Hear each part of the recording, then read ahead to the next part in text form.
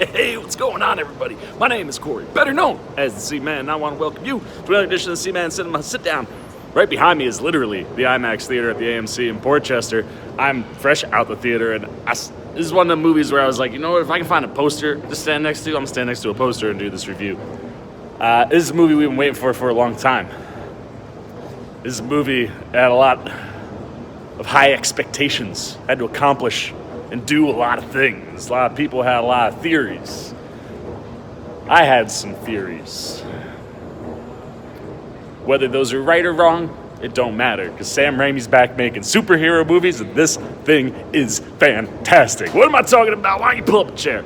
Take a seat. We are getting ready to dive in, spoiler-free, but fresh out the theater, into, Doctor Strange and the Multiverse of Madness. Or in the Multiverse of Madness. I think I've said "and the Multiverse of Madness" way too many times in my life, but this movie, man, wow, what a fun movie. I tell you, I'm gonna start with Sam Raimi, because it was so fun to have him back directing a superhero movie. I don't think the guy has lost a step. Give him Spider-Man 4 right now. If you haven't, Sony, bring him back. It's fantastic stuff. But yeah, it's one of these things where Raimi is the reason this thing works. I won't lie. I was talking to a couple people right after the movie, walking out of the theater, how we were a little disappointed that Scott Derrickson wasn't directing this movie, because I really, really enjoyed the first Doctor Strange. But Sam Raimi, and specifically Sam Raimi's style and flavor and touch with this movie, is what makes this thing magical, and every pun in the world is intended on that one, ladies and gentlemen. But no, I mean, I gotta tell you, props to Kevin Feige and Marvel. They continue to just trust their creators, and they let Sam Raimi go full Sam Raimi. And when Sam Raimi's going full Sam Raimi, you're almost always in for good things. And Sam Raimi said from jump, Kevin Feige said from jump, this was a Marvel horror movie.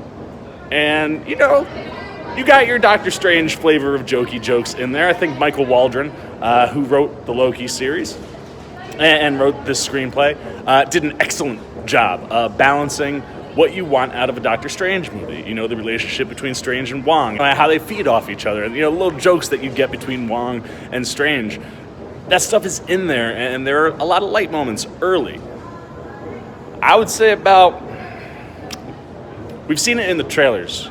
When Cumberbatch gets that big cloud sequence, that's when things really kick in. That's when this starts to become a horror movie. And for me, the first act works, but, it's not perfect.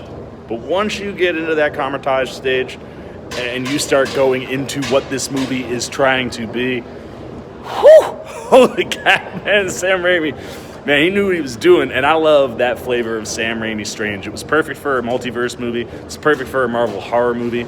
And I gotta tell you, man, they let him take some big swings and do some big things. And there are things that happen in this movie, I promise you, no one has been thinking about or theorizing about, man. I watched some stuff where I was like, I didn't know that you could actually do that in a Marvel movie, and it gives me a little bit more hope that you could do a bloodless Blade. I still don't think you can do a bloodless Blade, but this gives you a little bit of a taste of the type of things you can do in the horror realm in a Marvel movie without crossing that PG-13 line. So I think what Sam Raimi does here is phenomenal. I think what Michael Waldron does here is phenomenal. Waldron's screenplay is really, really strong. I like how he definitely, did his homework, because it definitely has a Strange vibe. It definitely has a Wanda vibe. There are straight up WandaVision moments in this movie. And I like how Waldron and Raimi both really understood the material that they were adapting and pulling from, and how Waldron uses the multiverse, the story that he tells. I dug it, man. I dug it a lot, and it worked for what they were going after, what we've built to. I think they did what they came to do, man. And, like I said, it's not always perfect, but more often than not, man, and especially when this thing leans in to, I think, the big swings that it takes, you really get some wow Marvel stuff, and some Marvel stuff that you've never seen. When it comes to the acting, I mean, y'all know you know the guy Benedict Cumberbatch. He is Doctor Strange, and he is absolutely wonderful here.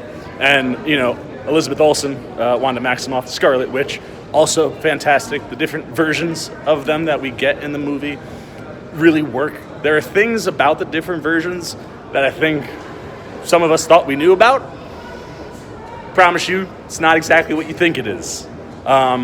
But where the inspiration comes from and the concept of a multiverse and how that's used and how that's applied specifically to those two characters was really wonderful stuff, and how they play it was fun.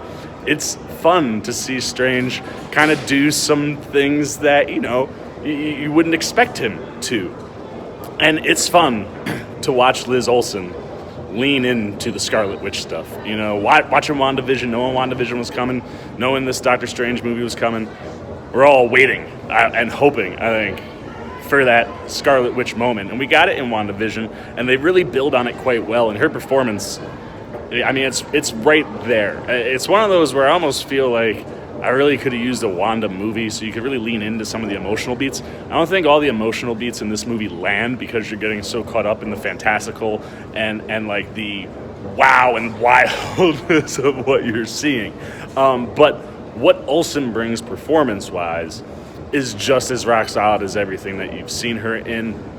All right, I went to Google for this one. Xochitl Gomez, I believe is how Google told me to pronounce that.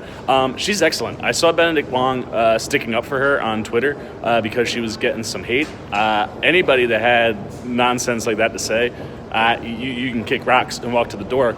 This is a 15, I think now 16-year-old girl who does a great job. They don't give her a ton here, but what they built with the America Chavez character, I really dug. I would like to spend more time with that character. I think there's some interesting things to be had, and her relationship with Doctor Strange, Mr. Benedict Cumberbatch, was excellent. I love the way that they play off each other.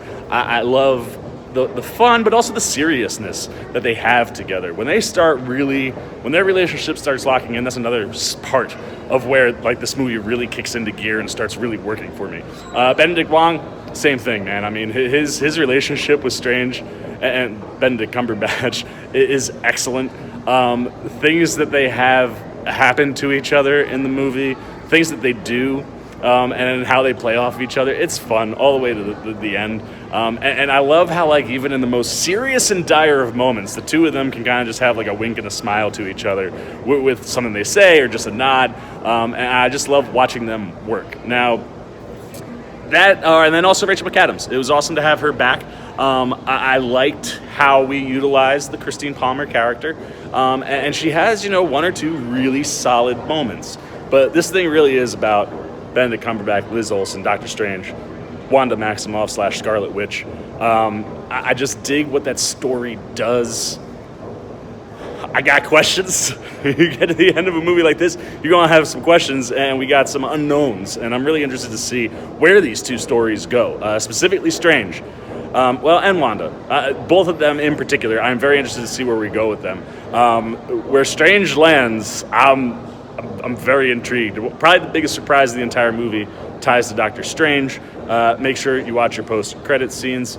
I'm interested to see how Wanda gets utilized. Now, as far as the surprise things, I feel kind of like Spider-Man No Way Home, where we all know things are coming, but we can't really talk about those things. All I will say is those things are phenomenal. They give you all the moments that you want and then some. And the sequence that features the Illuminati base, wow. That's all I'm going to say is just wow. There's so many wows in there. But what I love is the way that Waldron and Raimi utilize that sequence, utilize that part of the story, but don't let it become what this thing is about. Like I said, this goes back to the characters that are front and center with Wanda and Doctor Strange. But there's some fun to be had, and there's some phenomenal surprises in that sequence. Things I did not see coming, things I did see coming, things I was just very happy and excited to see coming. There are so many moments in this movie where I'm just smiling ear to ear. And I guess the last thing that we can really... Danny Elfman. One of the other things that kind of trips me up a couple times in the first act, Danny Elfman's score doesn't always hit for me. But once this thing kicks into gear, The score's pretty solid, and I really like how Raimi and Elfman created something that could be very unique, very fitting for the movie you're watching, and be able to source different things. Elfman does some really cool things. There's one specific sequence that I would say, like, if I was Danny Elfman, I would just be so excited to see in the movie theater.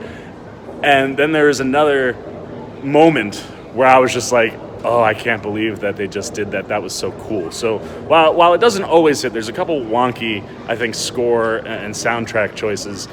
Overall, I think Danny Elfman really did some cool things, and I like how the soundtrack and the score move this movie forward. And last but not least, it's a Sam Raimi movie.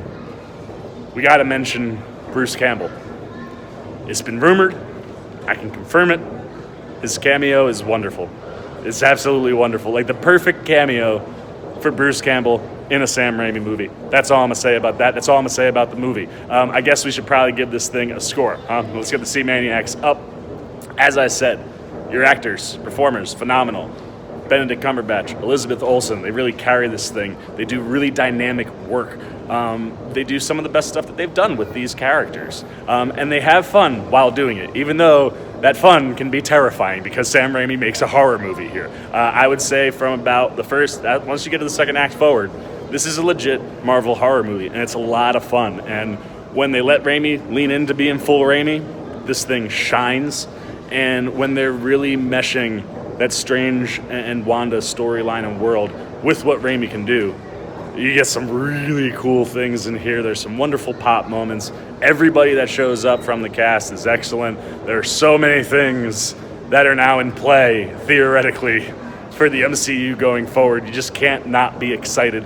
This one isn't perfect for me, but man, did I have an excellent time, and it did what I wanted it to do. So I'm going 4.5 out of 5 C-Maniacs for Doctor Strange in the Multiverse of Madness. I'm not going to lie. I mentioned seeing Everything Everywhere All at Once right before this last week. I think that utilizes the concept of the multiverse better than this movie does. I think it's a better multiverse movie.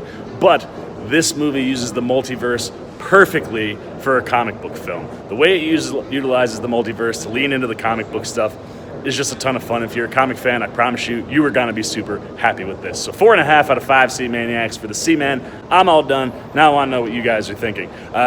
Movie's been out for a little while. Have you guys gotten out to see Doctor Strange in the Multiverse of Madness? If you have, no spoilers, but what did you think? What things popped? Did you have any of your theories or philosophies or thoughts come true in this movie? I saw a couple things get close, but not quite where I wanted to land everywhere. But it's always fun to kind of see what you can come up with in a movie like this. Did you like how they used the multiverse? Did you like how they used Strange and Scarlet Witch? Were you glad Sam Raimi was back? Did you get that Raimi vibe? And did it work? You know, there's an old school feel to what Raimi does. And it might not pop for everybody. So if it didn't work for you, or if it did, I want to know. If you haven't seen the movie, how excited are you? Are you going? When are you going? If you're not going, did we entice you to want to go? Anything you got, good, bad, indifferent, on Doctor Strange and the Multiverse of Madness down below in the comments section. I look forward to talking to y'all down there.